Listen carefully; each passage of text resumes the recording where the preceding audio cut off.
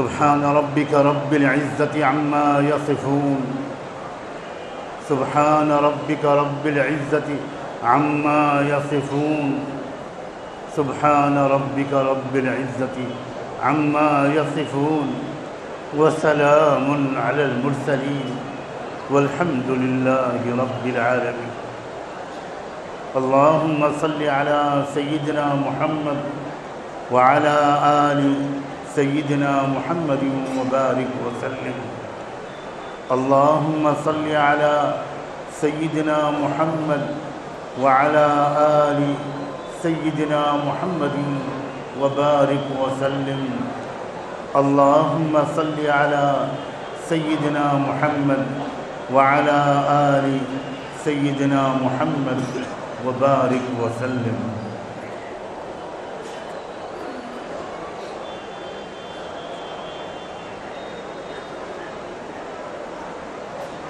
تمام تعریف اس وحدہ لا شریک رب العالمین کے لیے ہے اور لاکھوں لاکھ احسان اس کا کہ اس نے ہم کو شرک و کفر سے بچایا اور ایمان اور توحید کی عظیم ترین نعمتیں عطا فرمائی۔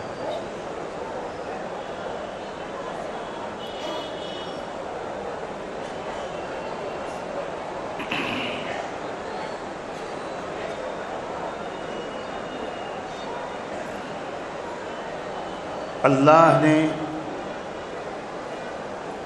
ہر چھوٹی سے چھوٹی مخلوق کے اندر بھی کچھ تاثیر اور طاقت رکھی۔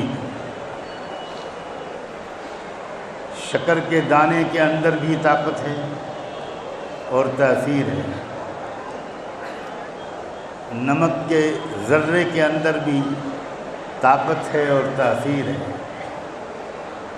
ہر پھول میں، ہر پھل میں، ہر پتے میں، ہر جڑی بوٹی میں، چھوٹے سے چھوٹے کیڑے مکوڑے میں تاثیر بھی ہے، طاقت بھی ہے۔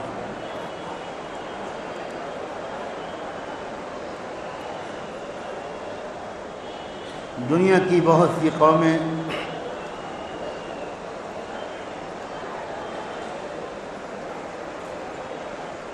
اس جہالت اور گمراہی میں پڑی رہتی ہیں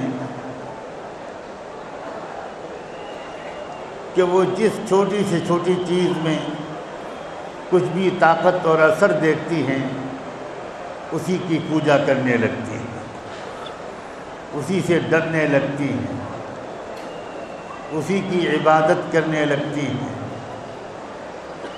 اسی کو نفع نقصان پہنچانے والا یا والی ماننے لگتی ہیں، اسی سے نفع کی امید اور درخواست کرتی رہتی ہیں، اسی سے نقصان سے بچنے کی دعائیں مانگتی رہتی ہے۔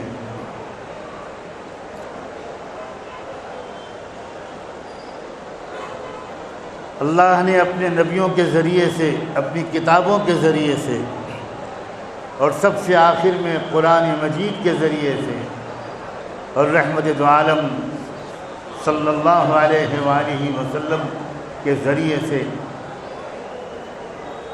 تمام انسانوں کو اور تمام بندوں اور بندیوں کو یہ سمجھایا کہ چھوٹی اور بڑی جن چیزوں میں تم طاقت یا تاثیر دیکھتے ہو اس کی بندگی کرنے کے بجائے اس ذات اور اس رب کی بندگی اور عبادت کرو جس نے سب کو طاقت اور تاثیر دی ہے۔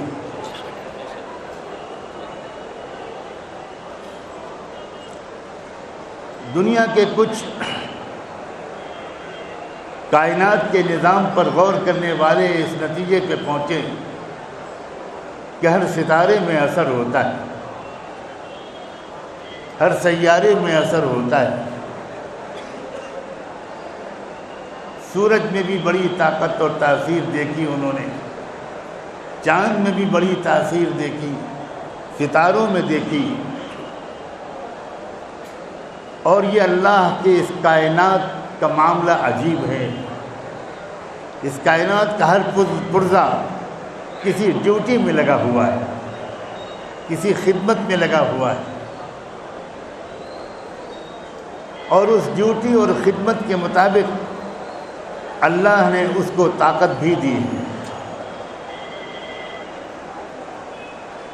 لیکن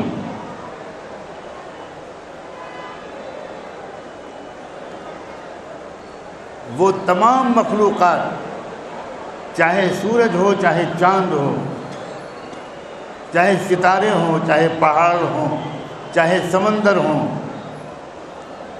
چاہے ہوائیں اور آندھیاں ہوں، چاہے پیڑ پودے ہوں یا جانور ہوں، یہ سب اللہ کے بنائے ہوئے نظام کے اندر جکڑے ہوئے ہیں۔ یہ اللہ کی مرضی کے بغیر کچھ نہیں کر سکتے۔ یہ کسی بے جان سے بے جان چیز سے بھی زیادہ یا اس کی طرح فقیر اور محتاج ہے۔ یہ مخلوق اور بے بس اور لاچار ہیں، اور انہی باتوں کو سمجھانے کے لیے اللہ وقتاً فوقتاً اپنے کائنات کے سسٹم میں کچھ تبدیلیاں لاتے ہیں۔ تم یہ سمجھتے ہو کہ سورج سے روشنی ملتی ہے، ہم دکھائیں گے کہ جب کبھی ہم چاہیں گے، جب ہم ایسا سسٹم بنائیں گے کہ سورج سے روشنی ملنی بند ہو جائے گی، اور یہ ہم اس لیے بھی کریں گے کہ تم اس دن کو یاد کرو جس دن ہمیشہ کے لیے سورج کی روشنی چھین لی جائے گی، سورج کو لپیٹ دیا جائے گا۔ اذا الشمس كورت واذا النجوم انكدرت، جب سورج کو لپیٹ دیا جائے گا اور جب ستاروں کی روشنی ختم ہو جائے گی۔ واذا الجبال سيرت، آج جو پہاڑ زمین کو ہلنے سے تھامے ہوئے ہیں، ایک دن آئے گا کہ وہ پہاڑ خود چلنا شروع کر دیں گے۔ جب پہاڑ ہی حرکت میں آ جائیں گے تو زمین کو الٹ پلٹ ہونے سے کون روک سکے گا؟ اذا زلزلت الارض زلزالها واخرجت الارض اثقالها، ایک دن وہ بھی آئے گا۔ صلاۃ و سلام ہو، لاکھوں صلاۃ و سلام ہو رحمت دو عالم صلی اللہ علیہ وآلہ وسلم پر، جنہوں نے بہانے ڈھونڈ ڈھونڈ کر، موقعوں کی تلاش کر کر کے اپنی امت کے لیے مغفرت کے بہانے عطا کر دیے۔ کیا رسول ہے! اللہ اکبر۔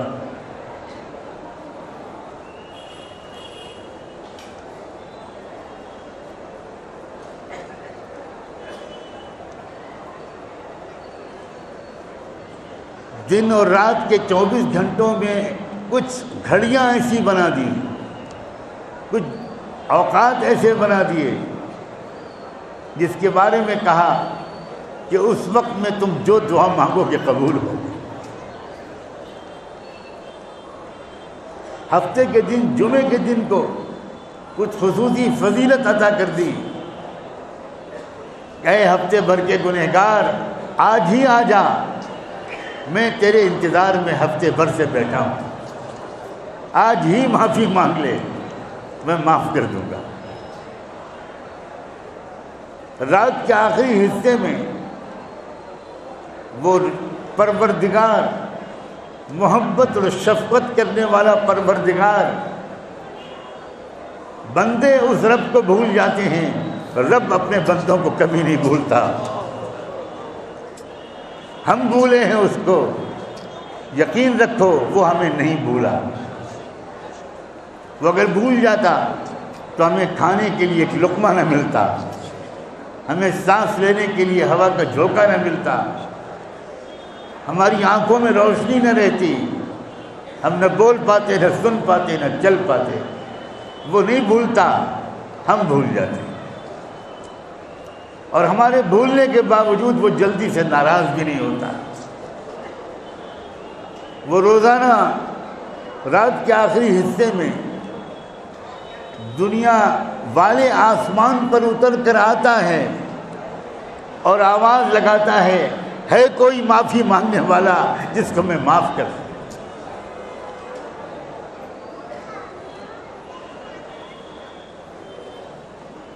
دنیا کی حکومتیں مجرموں کو ڈھونڈتی ہیں سزا دینے کے لیے، اور وہ پیارا رب مجرموں کو ڈھونڈتا ہے معاف کرنے کے لیے۔ ہم کتنے نکمے ہیں، ہم کتنے ناشکرے ہیں، ہم کتنے ناقدرے ہیں۔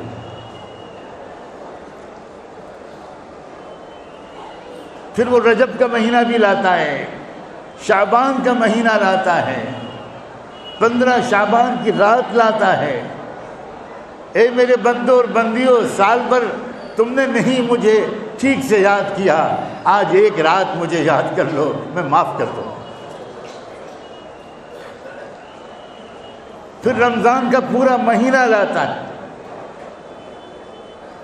24 گھنٹے، اور اس وقت اور رمضان کے اندر بھی الگ الگ وقت کی فضیلتیں۔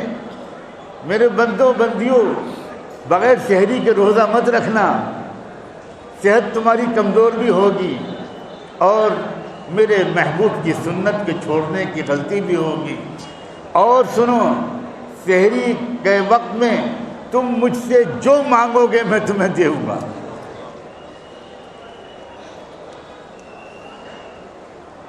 روزہ رکھو گے، گناہوں سے بچ جاؤ گے، قرآن پڑھو گے، میں معاف کروں گا، تراویح پڑھو گے، میں معاف کروں گا۔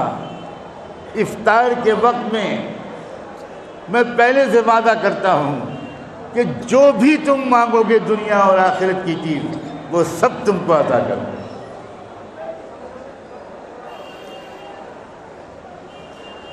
سورج کو گرہن لگتا ہے، صحیح علم سے محروم ہمارے کروڑوں بھائی اور بہن، وہ بھی نفرت کے لائق نہیں ہیں، وہ بھی محبت کے لائق ہیں۔ ہمارا قصور ہے کہ ہم نے جو تحفہ محبت بھرا ان تک پہنچانا چاہیے تھا، وہ ہم نے نہیں پہنچایا۔ طرح طرح کی باتیں دنیا کے اندر سورج کے گرہن کے موقع پر یا ایسے ہی دوسرے موقعوں پر طرح طرح کی باتیں لوگ کرتے ہیں۔ سب سے پہلے دوستو، ہم اللہ کا شکر ادا کریں کہ اس نے اس موقع پر ہم کو اپنے گھر میں جمع کر کے اپنے سامنے جھکنے کی توفیق دے دی۔ بہت بڑا کرم۔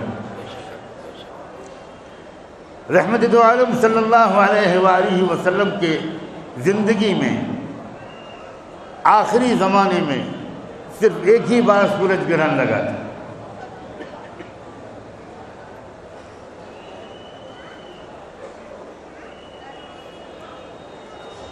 جیسے ہی سورج کو گرہن لگا، آپ اپنے حجرے سے نکلے، اتنی جلدی اور گھبراہٹ میں نکلے کہ اپنے کپڑوں کو ٹھیک بھی نہیں کیا، اس کپڑے کو گھسیٹتے ہوئے تیزی کے ساتھ باہر نکلے اور فرمایا جلدی سے اعلان کرو ان الصلاۃ جامعۃ، لوگوں کو نماز کے لیے بلاؤ۔ اور اس کے بعد آپ نے عجیب و غریب نماز پڑھائی۔ تقریباً 20 روایتیں ہیں مختلف صحابہ کرام سے، جنہوں نے اللہ کے رسول صلی اللہ علیہ وسلم کی سورج گرہن کی نماز کی تفصیلات بیان فرمائی۔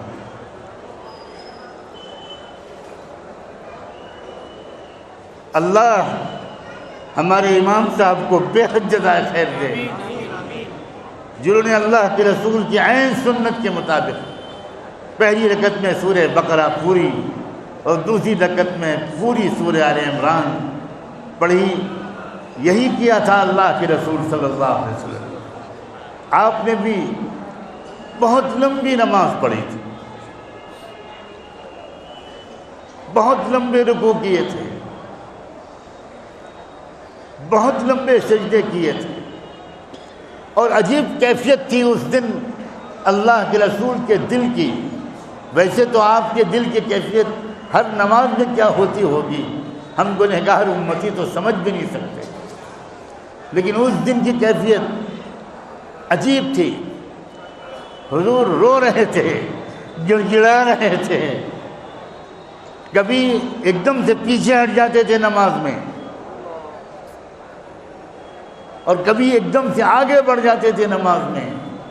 کسی اور نماز میں آپ نے کبھی ایسا کیا ہو یہ ہمارے علم میں نہیں ہے، لیکن صلاۃ الکسوف میں، سورج گرہن والی نماز میں آپ کبھی آگے بڑھتے تھے، کبھی پیچھے ہٹتے تھے۔ سلام پھیرنے کے بعد آپ نے بیان فرمایا، اور اس میں یہ بات بھی فرمائی کہ آج اس نماز کے اندر اللہ نے غیبی حقیقتوں میرے سامنے کھول دی، مجھے جنت کے مناظر دکھائے، اللہ نے جنت کے پھل دکھائے، اور اتنے قریب مجھے محسوس ہوتے تھے کہ میں آگے بڑھ جاتا تھا کہ مجھے بھی کچھ مل جائے، اور مجھے اللہ نے جہنم میں جس طرح کے عذاب دیے جا رہے ہوں گے وہ بھی دکھائے، اور جب وہ دکھتے تھے تو میں پیچھے ہٹ جاتا ڈر ڈر کے مارے کہیں جہنم کی آگ مجھے جلا نہ دے۔ ہمارے دل سے اللہ کا خوف نکل گیا، ہمارے دل پتھر ہو گئے ہیں۔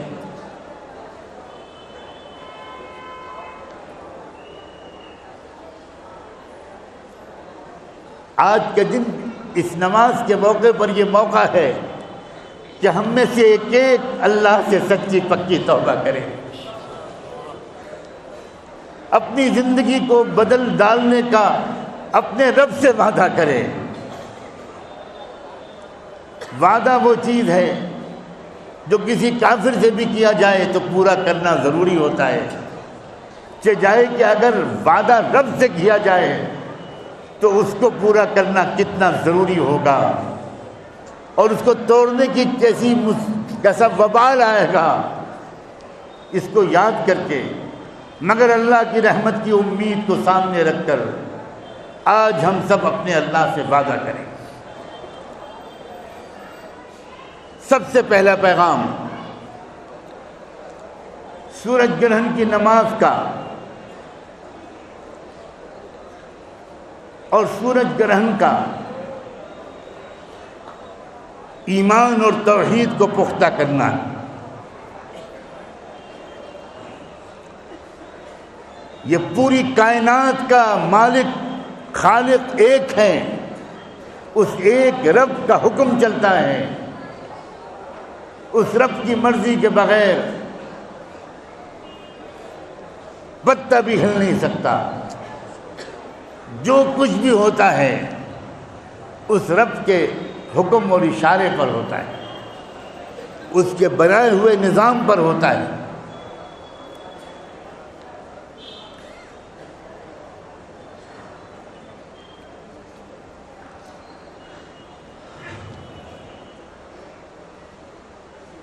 جس دن اللہ کے رسول صلی اللہ علیہ وآلہ وسلم کی زندگی میں سورج کو گرہن لگا تھا، اسی دن آپ کے صاحبزادے ابراہیم کا انتقال ہوا تھا۔ اور یہ بڑی عجیب بات ہے کہ ہمارے بھارت کے اندر بھی برہمنوں کے پھیلائے ہوئے جو ہزاروں لاکھوں جاہلانہ گمراہیاں ہیں، ان میں سے ایک یہ ہے کہ سورج کو جس دن گرہن لگتا ہے اس دن کوئی بڑا آدمی مرتا ہے، اس کی وجہ سے سورج کو گرہن لگتا ہے۔ یہ آج بھارت کے اندر بھی کروڑوں لوگوں کی آستھا ہے۔ یہی بگڑا ہوا عقیدہ عربوں میں بھی تھا،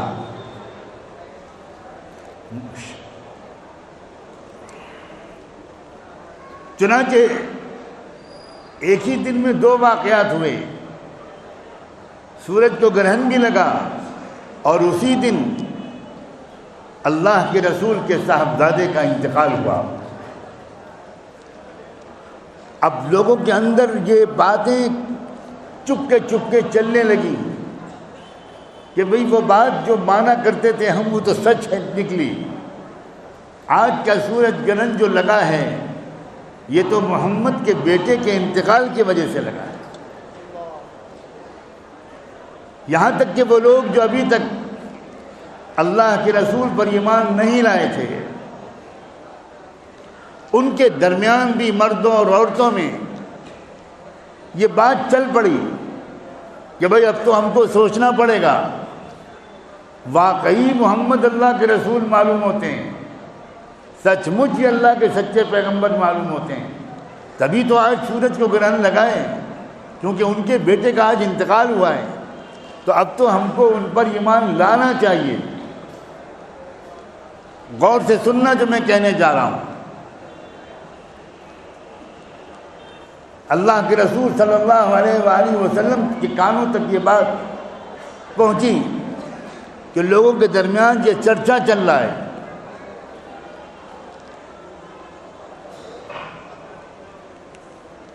تو آپ یہ سوچ سکتے تھے اور کر سکتے تھے کہ اس بارے میں کچھ نہ کہتے، خاموش رہتے۔ اچھا ہے کچھ لوگ ایمان لے آئیں، اچھا ہے بہت سے لوگوں کو ہدایت مل جائے، بعد میں ان کو سمجھا دیں گے، بعد میں ان کو جو کمی ہے وہ دور کر دیں گے، اس وقت تو اس ٹاپک پر نہ بولا جائے۔ لیکن یاد رکھنا اس طرح کی سوچ نبیوں کی نہیں ہوا کرتی۔ نبی صحیح منزل تک غلط راستے سے لایا نہیں کرتے۔ منزل کا صحیح ہونا بھی ضروری اور راستے کا صحیح ہونا بھی ضروری۔ یہ تو سیاسی لیڈروں کی سوچ ہوتی ہے کہ ہمارا کام چلنا چاہیے، ہمارا الو سیدھا ہونا چاہیے، چاہے راستہ غلط ہو یا صحیح۔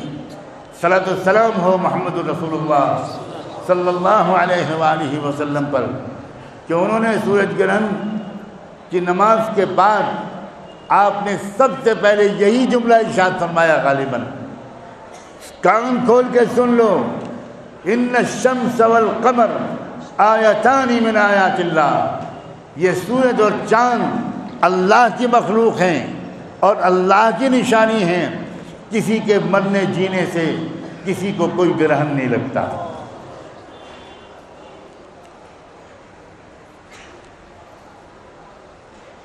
آپ نے ہم کو یہ پیغام دیا، خصوصاً علماء امت مسلمہ کو، کہ پورے حق کی گواہی دیا کرو، حق کو چھپایا مت کرو، کوئی موقع ہو بات پوری کہو، صاف صاف کہو، محبت اور حکمت کے ساتھ کہو۔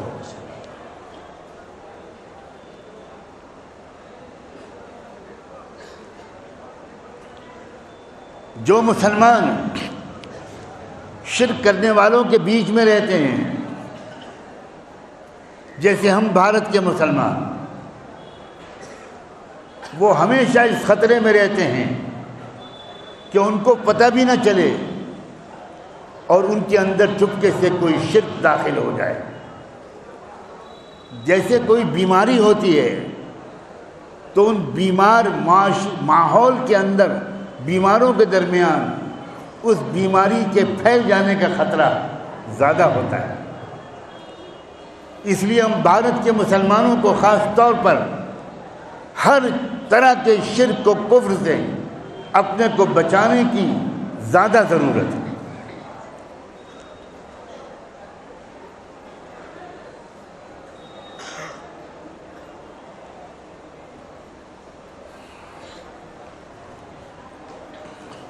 اللہ ہر گناہ معاف کر دیتے ہیں، معاف کر سکتے ہیں، لیکن اللہ شرک کو معاف نہیں کریں گے، اس بات کا اللہ نے صاف اعلان کر دیا۔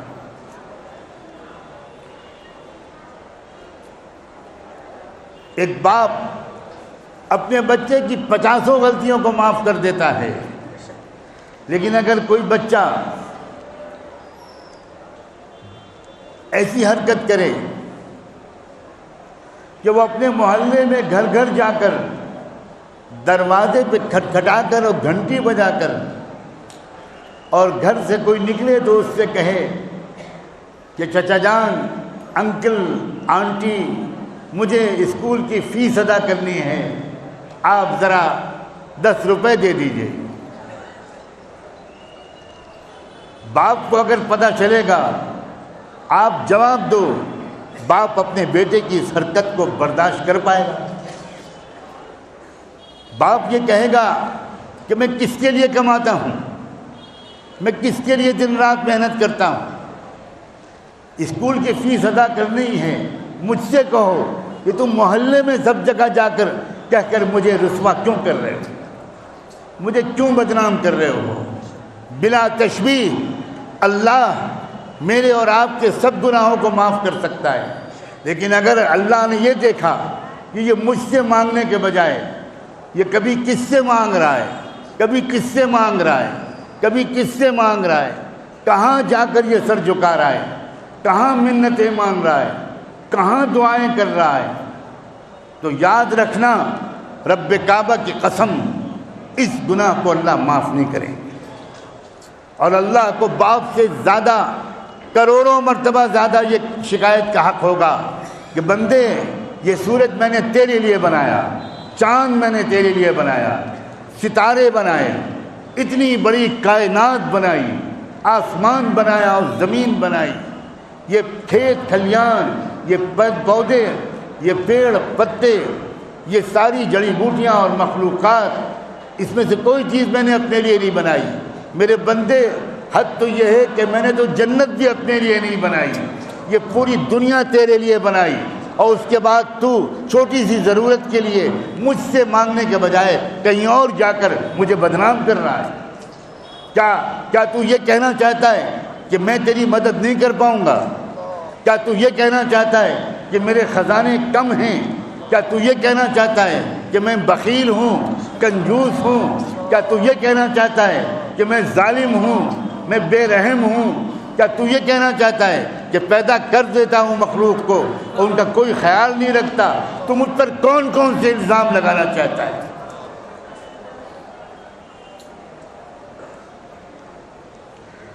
آج کے دن کا سب سے پہلا سبق یہ ہے کہ آج کے دن ہم اپنے اللہ سے عہد کرتے ہیں، بھول چوک میں کبھی ہم نے کبھی کسی اور سے مانگ لیا ہو تو اللہ ابھی موقع ہے، آج معاف کر دیجئے، آئندہ آپ کے سوا کبھی کسی سے نہیں مانگیں۔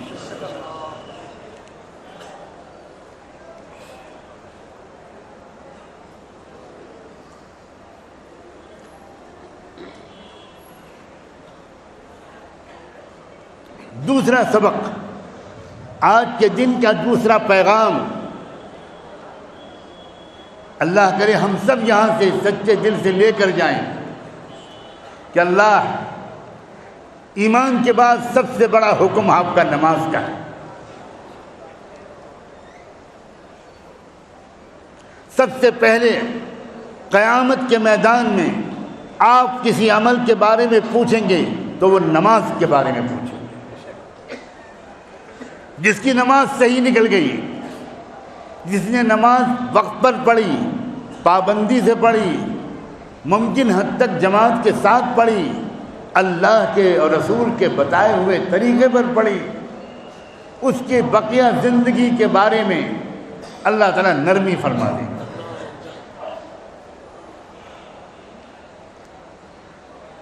جس کی نماز اچھی ہوگی اس کا حساب کتاب آسان ہو جائے گا، سوائے ان معاملات کے جس کا تعلق آپس میں بندوں سے ہو۔ آج کے دن اس بات کا عہد کرو میرے عزیز نوجوانوں کہ 5 وقت کی نماز مسجد میں با جماعت پڑھیں۔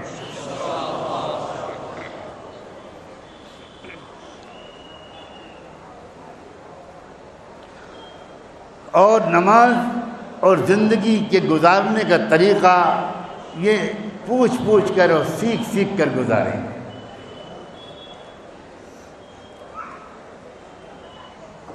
کس کے اندر کیا کمی ہے، کس کے اندر کون سی بری عادت چل رہی ہے،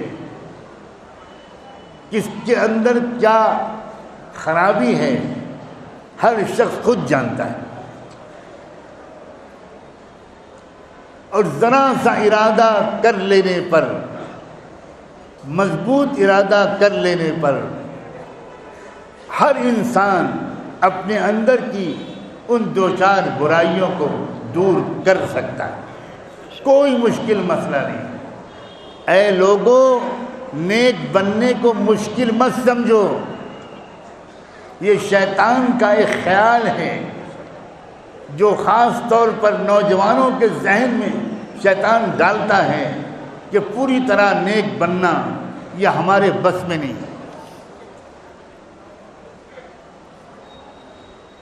اصل مسئلہ ہے ارادے کا، اور پکے اور سچے ارادے کا نام ہی توبہ ہے۔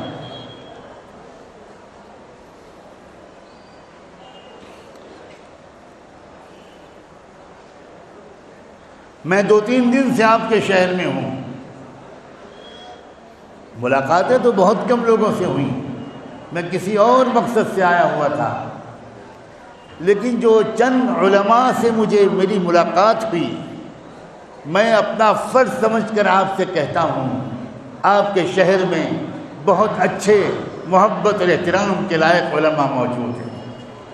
اللہ کے واسطے قدر کرو، اللہ کے واسطے قدر کرو، اللہ کے واسطے نیک لوگوں کے پاس آ کر بیٹھو، کچھ وقت نکالو اور ان سے خالی پھونک چھڑواؤ، خالی تعویذ لکھواؤ۔ یہ صحابہ نہیں کرتے تھے جب وہ اللہ کے رسول کے پاس آتے تھے۔ ان کے پاس آ کر ان سے کچھ سیکھو، ان کی خوشامد کرو کہ ہمیں قرآن کا صحیح پڑھنا سکھا دیجیے، ہمیں کوئی ایک اچھی بات بتا دیجیے۔ وہ تمہیں بتائیں گے کہ اپنے ماں باپ کی عزت و احترام کرو، اونچی آواز میں کبھی ماں باپ سے بات مت کرنا، ان کو مسکرا کر دیکھو، ان کی دعائیں لو، اپنے سے بڑوں اور بزرگوں کے پاس کچھ دیر بیٹھو۔ اگر خوش قسمتی سے تمہارے ماں باپ زندہ ہیں تو اس سے پہلے کہ ان کا سایہ اٹھے، اے نوجوانوں قدر کر لو۔ ماں کا بدل دنیا میں کوئی نہیں ہے۔ ماں اللہ کی نشانی ہے۔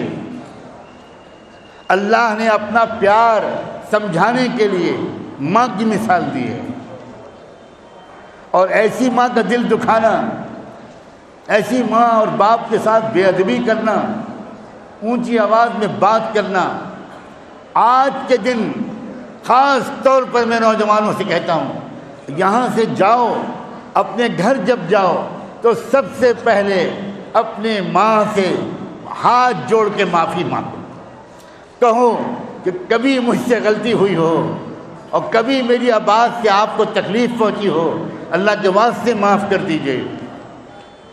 جس سے اس کے ماں باپ ناراض ہوتے ہیں، اللہ اس سے کبھی راضی نہیں ہو سکتا۔ اللہ کے رسول کے زمانے کا واقعہ ہے کہ کسی نوجوان کا انتقال ہو رہا تھا، سکرات کا عالم تھا، سانس اکھڑ چکی تھی مگر روح نکل ہی نہیں رہی تھی، اور وہ تڑپ رہا تھا، چیخ رہا تھا، چلا رہا تھا، اور موت نہیں آ رہی تھی۔ لوگوں نے آ کر اللہ کے رسول سے کہا کہ اس کی عجیب حالت ہے، کلمہ تک نہیں پڑھ رہا ہے، وہ موت بھی نہیں نکل رہی آ رہی، روح بھی نہیں نکل رہی، اور ہم کلمہ پڑھاتے پڑھاتے تھکے جا رہے ہیں مگر اس کی زبان سے کلمہ نہیں نکل رہا۔ اللہ کے رسول نے فرمایا اس کی ماں زندہ ہے؟ کہا گیا کہ ہاں ماں زندہ ہے۔ کہا پتہ لگاؤ ماں اس سے ناراض تو نہیں ہے؟ لوگوں نے پتہ لگا کر بتایا ماں بہت سخت ناراض ہے، اور اس آخری وقت میں بھی ماں اپنے بیٹے کا چہرہ دیکھنے کو تیار نہیں ہے۔ تب حضور نے اس ماں کو کہلوایا، جاؤ میرا نام لے کر کہنا کہ رسول اللہ نے کہلوایا ہے اپنے بیٹے کو معاف کر دو۔ جب اس عورت کے پاس اللہ کے رسول کا پیغام پہنچا کہ آپ نے کہلوایا ہے کہ بیٹے کو معاف کر دو، ماں نے کہا اللہ کے رسول کے حکم کے سامنے میں سر جھکاتی ہوں، جاؤ بتا دو اللہ کے رسول کو، گواہ رہنا میں نے اپنے بیٹے کو معاف کر دیا۔ ادھر اس نے معاف کیا اور ادھر کلمہ پڑھا اس بندے نے، اور اس کا ایمان پر خاتمہ ہو گیا۔ نوجوانوں ڈرو اس بات سے، اگر کہیں تمہاری ماں تم سے ناراض ہوئی تو مرتے وقت شاید کلمہ نصیب نہ ہو۔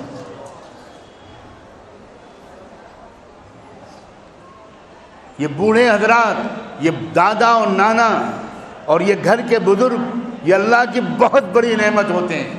ان کے پاس بیٹھا کرو، ان سے کہو کہ آپ کی 70 سال کی عمر ہو گئی، آپ اپنی زندگی کے تجربوں کے کچھ نچوڑ ہم کو سکھا دیجئے۔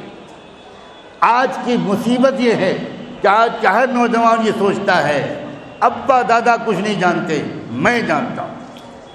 ان ابانا لفی ضلال مبین، یہ جملہ کہا تھا یوسف علیہ السلام کو کنویں میں ڈالنے والے ان کے بھائیوں نے، تو اللہ نے ان بھائیوں کو اتنا ذلیل کیا کہ ان کو اسی یوسف کے سامنے بھیک کا پیالہ لے کر کھڑا کر دیا۔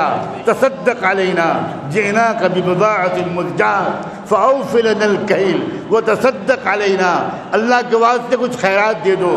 یاد رکھنا، جس نے اپنے دادا نانا دادی نانی کسی بوڑھے بزرگ کو اپنے سے کم سمجھ سمجھا، آج نہیں تو کل اس کے ہاتھ میں بھیک کا پیالہ آ کر رہے۔ یہ معمولی غلطیاں نہیں ہیں، گھر گھر گھس گئی ہیں۔ دینداری صرف کرتے پجامے اور ٹوپی کو نہیں کہتے، دینداری صرف برقعے کو نہیں کہتے، دینداری اخلاق کو کہتے ہیں، شرافت کو کہتے ہیں، سچ بولنے کو کہتے ہیں۔ مصیبت میں پھنسے تھے 3 بندے، اللہ کے رسول نے سنائی ان کی داستان، اور وہ نکلے تو کیسے نکلے۔ ایک نے اللہ سے یہ کہا کہ اللہ آپ گواہ ہیں، میں بکریاں چراتا تھا، ان کا دودھ دو کر گھر میں لاتا تھا، میری بیوی بھی تھی، بچے بھی تھے، اور سب بھوکے پیاسے دودھ کے انتظار میں بیٹھے ہوتے تھے، مگر میں نے طے کر لیا تھا کہ میں پہلے اپنے ماں باپ کو پلاؤں گا، بعد میں اپنے بچوں کو پلاؤں گا۔ اللہ آپ گواہ ہیں کہ ایک رات مجھے ذرا دیر ہو گئی اور میرے باپ ماں انتظار کرتے کرتے سو گئے، تو میں نے دودھ کا پیالہ لیا اور اپنے ابا اماں کے بستر کے سرہانے کھڑا ہو گیا۔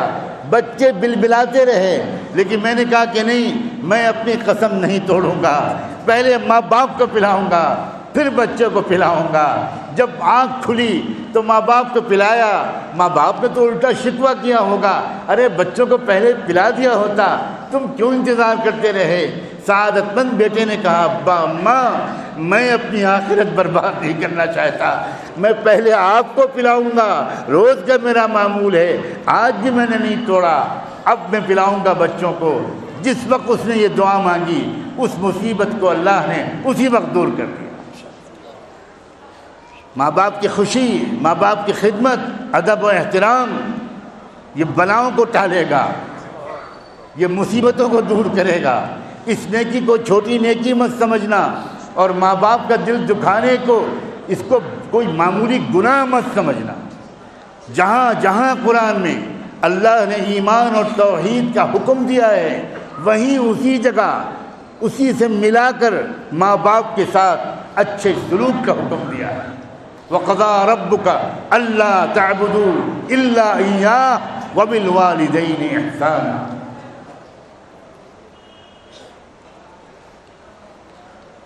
تیسری یا چوتھی اور آخری بات، اللہ کے واسطے ایک امت بن جاؤ، آپس میں اتحاد رکھو، آپس میں ایک دوسرے سے محبت کرو، ایک دوسرے کی عزت کرو۔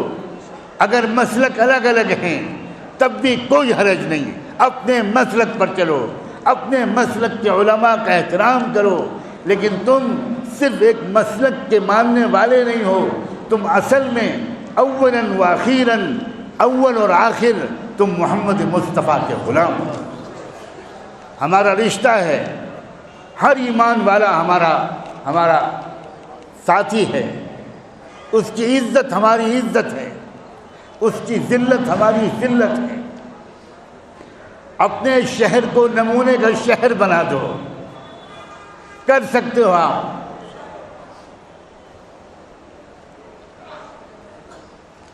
ابھی پرسوں ہی رات میں آپ کے شہر کے کچھ علماء میرے پاس تشریف لائے اور میں نے ان سے گزارش کی کہ یہ کوشش کریں کہ ہر مسجد کے چاروں طرف کی آبادی کو مسجد سے کچھ خدمت بھی ملے۔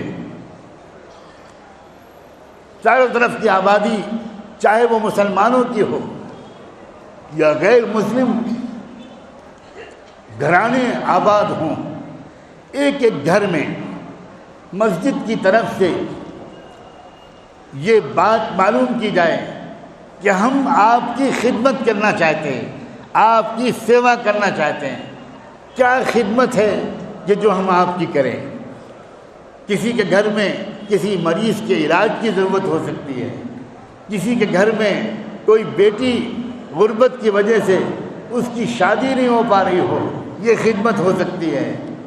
یاد رکھنا، جس وقت امیروں کے گھروں کی باراتیں شہنائیاں بجاتے ہوئے، روشنیاں لیے ہوئے جب سڑک پر سے گزرتی ہیں اور سڑک کے کنارے کوئی جھوپڑی والا بھی رہتا ہے اور جھوپڑی میں کوئی غریب لڑکی رہتی ہے، اور وہ لڑکی جس وقت بارات کی آواز سنتی ہے، اگر اس نے تکیے میں منہ چھپا کر رونا شروع کیا اور اس کی آنکھوں سے گرم گرم آنسو کے قطرے نکلے اور اس نے اپنے رب سے کہنا شروع کیا کہ رب میرا کیا قصور ہے، میرا باپ غریب ہے، یہ ہے میرا قصور، کوئی مجھے دلہن بنا کر لینے کے لیے نہیں آ رہا، اگر اس کی دل سے آہ نکل گئی اس غریب یا یتیم لڑکی کی، یاد رکھنا وہ جو بارات جا رہی ہے ان میاں بیوی کے اندر شاید 10 دن کے اندر جھگڑا پیدا ہو جائے، رشتہ ٹوٹ جائے، اور یہ رشتہ ساری دنیا کے اولیاء اللہ اگر تعویذ بھی لکھیں گے تب بھی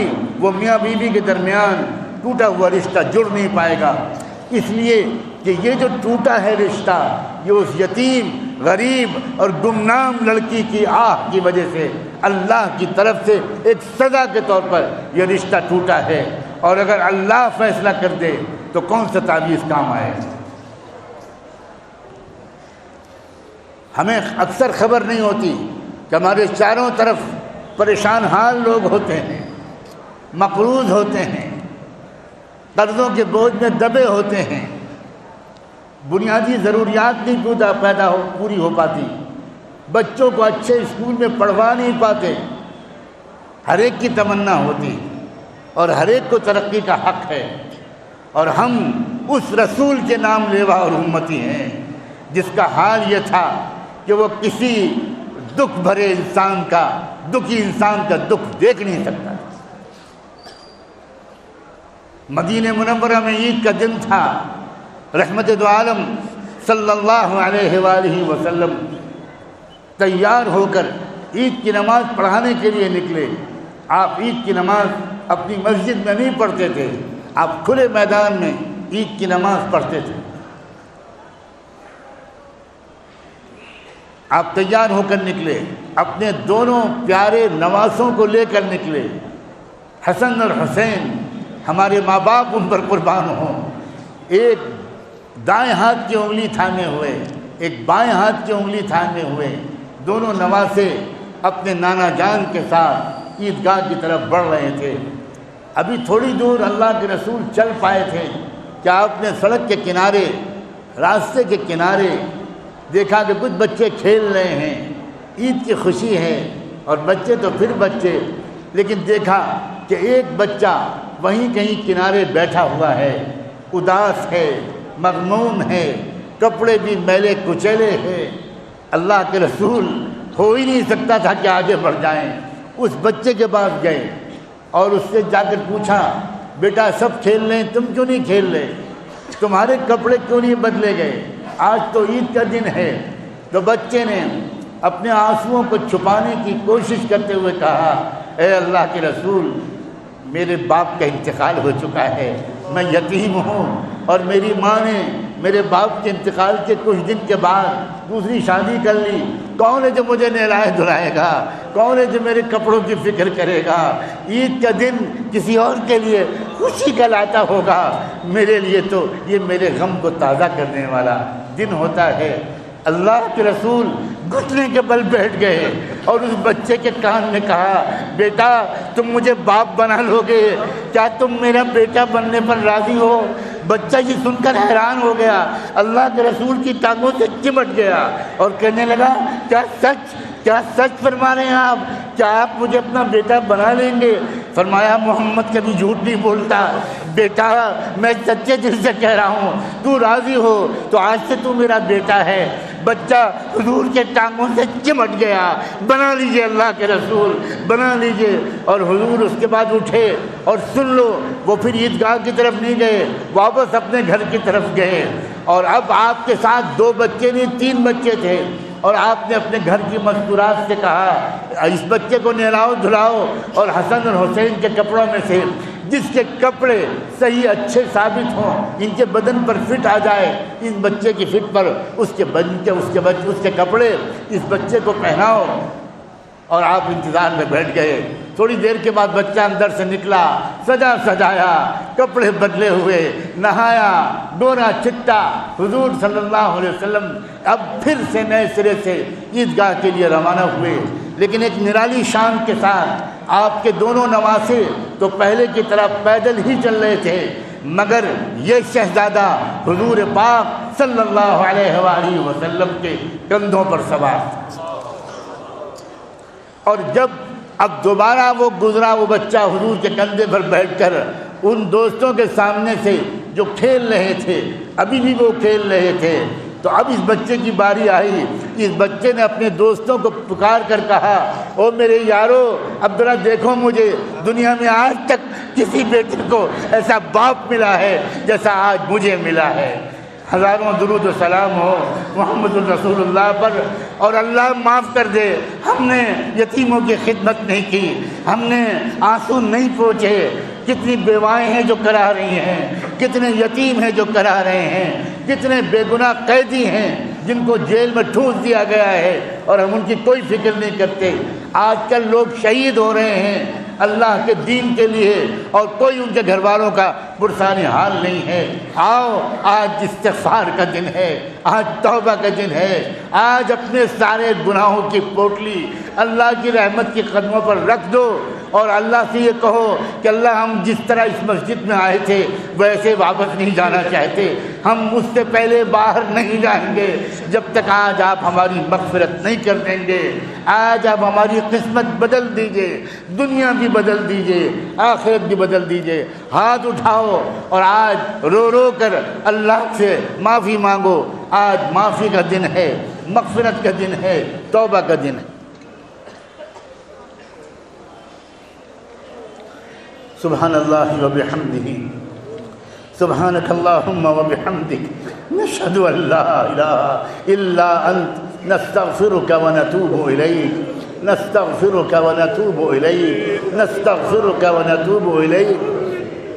اللہ ہم آپ کے بندے آپ کے حضور میں حاضر ہیں۔ اللہ ہم ظاہر میں آپ کے بندے ہیں، حقیقت میں نہایت گندے ہیں۔ اللہ ہم آپ کے محبوب کے وسیلے سے دعا مانگتے ہیں، ان کی صلاۃ کسوف کے وسیلے سے مانگتے ہیں، ان کے پیچھے جتنے مقتدی صحابہ تھے ان کے وسیلے سے مانگتے ہیں۔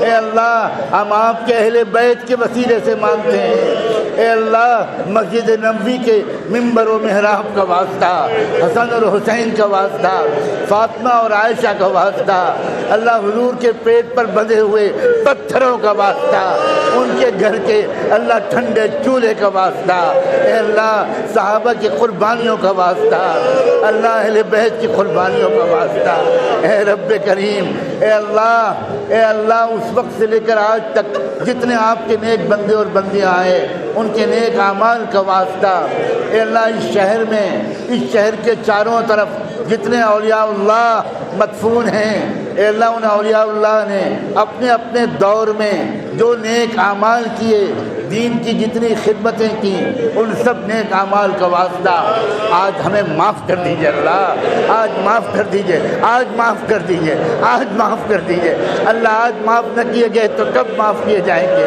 اے اللہ آپ خطا کار ہیں، ہم مجرم ہیں، ہم سیاہ کار ہیں، ہم پاپی ہیں، ہم نافرمان ہیں۔ اے اللہ دل سے اعتراف ہے اللہ، یہ تو آپ کی مہربانی ہے کہ آپ نے مسجد میں آنے دیا، نماز پڑھنے دی اللہ، ورنہ حق تو یہ تھا کہ دروازے پر آپ فرشتوں کو کھڑا کر دیتے، اور ہم جب مسجد میں آنے لگتے تو 10 تھپڑ مار کر فرشتے ہم کو بھگا دیتے۔ اللہ جب آپ نے اتنی مہربانی کی ہے تو اس مہربانی کو مکمل کر دیجیے، اپنی نعمت کو تمام کر دیجیے اللہ، ہمیں نیک بنا دیجیے اللہ، ہمیں نیک بنا دیجیے۔ ہم اپنے گناہوں سے تنگ آ چکے ہیں اللہ صبح کو توبہ کرتے ہیں اور شام تک توبہ ٹوٹ جاتی ہے اللہ، ہم کو اپنی توبہ پر بھروسہ نہ رہا۔ اے غفار، اے حنان، اے منان، اے رحمان، اے رحیم، اے اللہ معاف فرما دیجیے، معاف فرما دیجیے۔ اے اللہ یہ آپ کے بندوں کا مجمع ہے، آپ کے محبوب کی امتیوں کا مجمع ہے اللہ، شرمندہ گنہگاروں کا مجمع ہے اے اللہ، شرمندہ گنہگاروں کا مجمع ہے اللہ۔ کوئی تو ہوگا اتنے بڑے مجمع میں جس کی آمین آپ کو پسند آئی ہوگی اللہ، جس کے آنسو آپ کو پسند آئیں گے اللہ۔ کتنے علماء ہیں، حفاظ ہیں، اساتذہ ہیں، صلحاء ہیں اے اللہ کتنے حجاج کرام بیٹھے ہوں گے اللہ، کتنے ایسے نوجوان ہزاروں ہوں گے جو بڑی مشکل سے اپنے کو گناہوں سے بچانے کی کوشش کر رہے ہوں گے اللہ، کتنے ایسے ہوں گے اللہ جن کے ماں باپ ان سے خوش ہوں گے اے اللہ۔ جو بھی ایسا ہو آج اس کی آمین کے طفیل ہم سب کی دعاؤں کو قبول فرما، ہم سب کی دعاؤں کو قبول فرما اے رب کریم۔ راضی ہو جائیے اللہ، راضی ہو جائیے اللہ، موت ہم کو بعد میں دیجیے گا، پہلے ہم سے راضی ہو جائیے اللہ، پہلے ہم سے راضی ہو جائیے گا اللہ، پہلے ہم سے راضی ہو جائیے گا۔ سب ٹھاٹ پڑا رہ جائے گا جب لات چلے گا بنجارا اللہ، ہم کو جوانی پر ناز ہے چھن جائے گی اللہ، کپڑوں پر ناز ہے اتار لیے جائیں گے اے اللہ، بستروں پر ناز ہے اللہ، چھوڑا دیے جائیں گے، قبر میں لٹا دیا جائے گا، اکیلے چھوڑ کر سب چلے آئیں گے، کوئی نہیں ہوگا وہاں، کوئی نہیں ہوگا وہاں اللہ، کوئی نہیں ہوگا وہاں اے اللہ ہم آپ کے رحم و کرم پر ہوں گے۔ اگر آپ نے غصے کے ساتھ دیکھ لیا تو قبر جہنم کا گڑھا بن جائے گی اے اللہ بچا لیجیے اے اللہ، اپنی ناراضگی سے بچا لیجیے، اپنے غصے سے بچا لیجیے اے اللہ۔ آپ دیکھ رہے ہیں امت پوری دنیا میں ماری جا رہی ہے، پیٹی جا رہی ہے اللہ، اس بے بس امت پر اب رحم کی نظر سے دیکھ لیجیے اللہ اس امت کی مدد فرما دیجیے، اپنے محبوب کی امت کو بے سہارا مت چھوڑ اے اللہ، بے سہارا مت چھوڑیے۔ الیک نشکو ضعف قوتنا وقلت حیلتنا وہواننا علی الناس الی من تکلنا اللہ، ہمیں کس کے حوالے کر رہے ہیں؟ بے رحم دشمنوں کے حوالے کر رہے ہیں اے اللہ نہ کریے، اے اللہ نہ کریے، اے اللہ نہ کریے، اے اللہ نہ کریے، اے اللہ نہ کریے۔ ہم نے مانا کہ ہم خطا کار ہیں، مگر جیسے بھی ہیں آپ کے نام لیوا ہیں، آپ کے نام لیوا ہیں اللہ۔ دنیا ہمیں اس لیے مار رہی ہے کہ ہم مسلمان ہیں، اور کہیں ایسا نہ ہو کہ آپ کے ہاں ہماری پٹائی اس وجہ سے ہو کہ تم مسلمان نہیں تھے اللہ، کہ تم نہ دنیا میں ہم نہ دنیا نہ آخرت دونوں برباد اے اللہ، اس بربادی سے بچا لیجئے، اس بربادی سے بچا لیجئے۔ عزت عطا فرما، سکون عطا فرما، اطمینان عطا فرما، وقار عطا فرما اے اللہ۔ ہمیں اللہ اجتماعیت عطا فرما، اتحاد عطا فرما، مخلص اور سمجھدار قیادت نصیب فرما، مخلص اور سمجھدار قیادت نصیب فرما، بہادر اور جرأت مند قیادت نصیب فرما، اپنی قیادت کو پہچاننا اور اس کے اشاروں کو پر چلنا اللہ ایسا ہمارا مزاج بنا دیجیے، ایسا ہمارا مزاج بنا دیجیے۔ اے رب کریم، اے اللہ ہم کیسے مانگیں، ہم کیسے مانگیں؟ آپ کی قسم ہمیں مانگنا نہیں آتا، اللہ آپ کی قسم ہمیں مانگنا نہیں آتا۔ اللہ ہم نے دیکھا بھی ہے، سنا بھی ہے، کوئی بچہ گونگا ہوتا ہے، وہ اپنی ماں کو ٹھیک سے پکار بھی نہیں پاتا، وہ امی اور اماں بھی نہیں کہہ پاتا، وہ خالی اوں کرتا ہے، پھر بھی وہ ماں دوڑ کے آتی ہے، کبھی نہیں کہتی بچہ تو مجھے ٹھیک سے نہیں پکارتا، میں تیری نہیں سنوں گی، وہ کہتی ہے یہ بچہ تو ٹھیک سے پکار بھی نہیں سکتا، اس کی تو میں سب سے پہلے سنوں گی۔ اے اللہ ہم اس گونگے بچے کی طرح آپ کے سامنے ہاتھ پھیلا کر اوں کر رہے ہیں، اللہ ہمیں دعا مانگنا نہیں آتا، آپ بھی سن لیجئے بارے الہ، اے اللہ سن لیجئے، نہ کہیے کہ تمہیں دعا مانگنا نہیں آتا، نہ کہیے کہ تمہیں نماز پڑھنا نہیں آتا، اللہ سن لیجئے، اللہ سن لیجئے، اللہ سن لیجئے، اللہ مان جائیے، اللہ آج مان جائیے، اللہ آج مان جائیے، اللہ آج مان جائیے، اللہ ہم آپ کو منانے آئے ہیں، اللہ ہم آپ کو منانے آئے ہیں، ہمیں اندازہ ہے کہ آپ ناراض ہیں، اللہ کب تک ناراض نہ ہوتے، ہم نے کوئی کسر تو چھوڑی نہیں، اللہ اگر ہمارے اعمال نامے میں کوئی گناہ ابھی تک نہیں لکھا گیا تو شاید اس لیے نہیں لکھا گیا کہ ہم کو ابھی تک اس کے کرنے کا موقع نہیں ملا، ورنہ جتنے گناہوں کے کرنے کا موقع ملا اللہ ہم سب کر چکے ہیں، ہم سب کر چکے ہیں، معاف فرما اے اللہ، معاف فرما اے اللہ، معاف فرما۔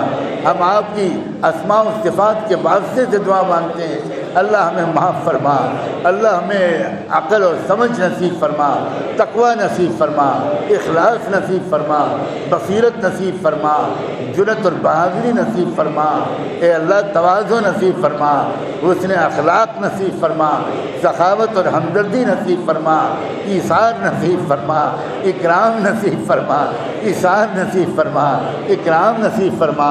اے رب کریم، اے اللہ، ایک جیل میں قیدی بھرے ہوئے تھے، بادشاہ بیمار پڑ گئے تھے، بادشاہ کو شفا مل گئی، ان کا غسل صحت ہوا، بادشاہ نے اعلان کروایا آج میری صحت کی خوشی میں جیل میں اعلان کر دو، جتنے قیدی میرے سامنے آ کر اپنے جرموں کا اقرار کر لیں گے میں سب کو معاف کر کے رہا کر دوں گا۔